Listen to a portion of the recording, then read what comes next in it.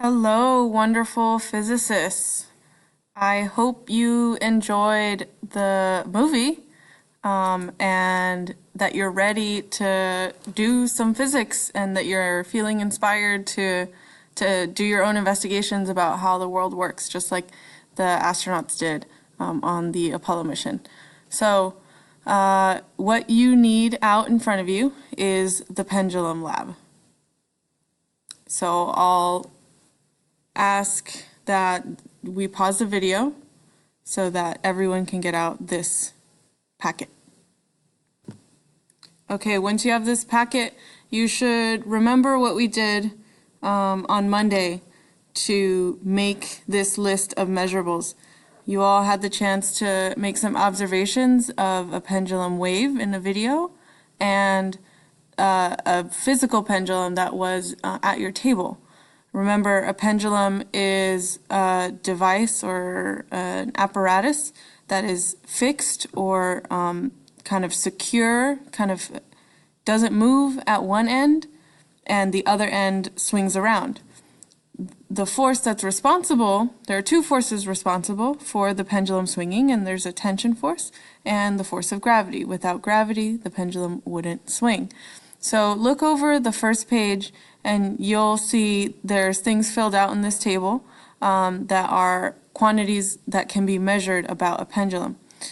The one I want to focus on for now is the measurable period. Period is the name we give to the amount of time it takes for one full swing. As part of this investigation, it's up to you to answer some questions about how that specific quantity depends on a few different things. So, for example, if you make something heavier, if you make Bob heavier, then does that affect and how does that affect the time it takes for Bob to make one full swing? If the string gets shorter or longer, how does that change the time it takes for Bob to make one full swing? If we change gravity, how does that affect the time? And then, of course, if we change the angle that we're releasing Bob, how does that change the time it takes for Bob to make one full swing? At the end of last class, you all were responsible for coming up with your own predictions. So this part should already be filled out. Now, for this next step, I want you to pay close attention to these instructions because they're different than what's printed on your paper. So please ignore this link. You're not going to that specific link. This is what you need to do. On your laptops, you're going to open up a tab and you're just going to do a Google search. You're going to put these two words in, PHET and pendulum. P-H-E-T, and then pendulum, just like it's printed at the top of your packet. You're going to click on the very first link. That link will take you to this page, and you'll press the play button. Now, if anything comes up for you to download, just let it download. It should allow you to download whatever's needed for this simulation. Once you're here, you click on the last box where it says lab.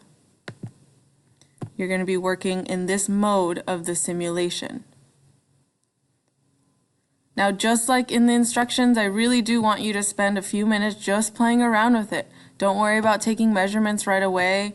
Just check out all the different settings, click all the buttons, try to break it, and just explore and see what happens when you change different things. So just play around with it.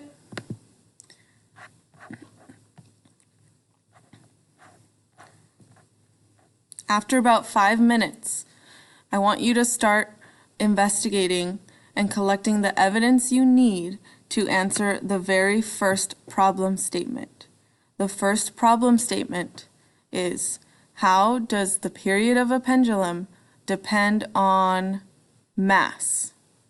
In order to collect the data you need to answer that question, you'll need to identify things about this simulation of a pendulum that are going to stay constant throughout your whole experiment.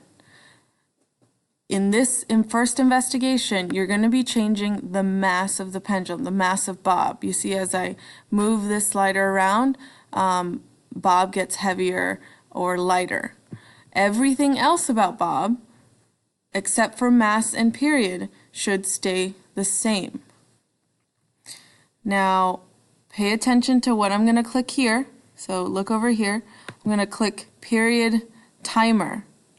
This is the tool you're going to use. This is the stopwatch that's going to measure for you how long it takes for Bob to make one full swing. Now look, when I press play, it does a little outline of Bob's path, and that blue line represents one full swing. I'm going to turn off these arrows because we don't need them.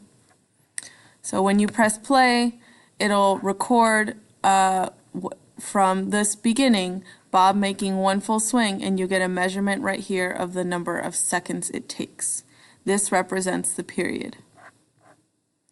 In this first investigation, you need to decide on how many measurements you need to take. So usually, 5 measurements is a good amount of evidence to be able to answer this question, these problem statements.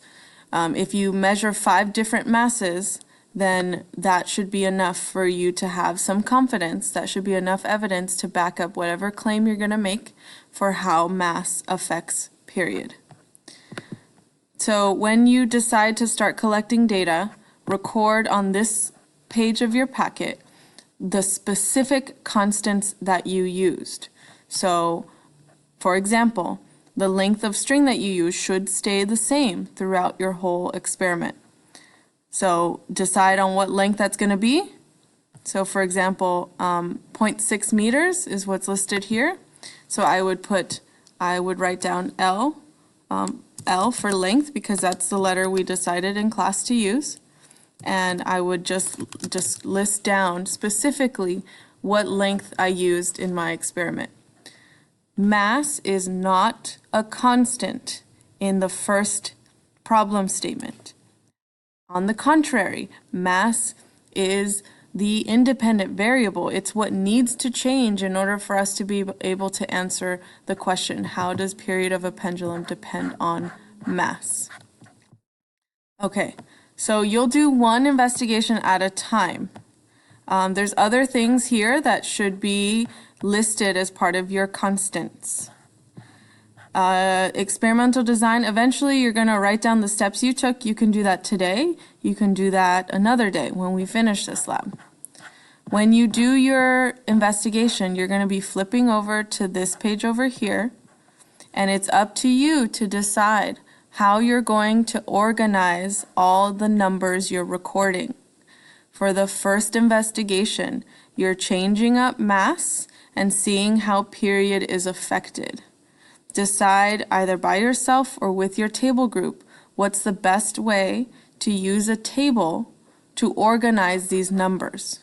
Don't forget to include units in your tables.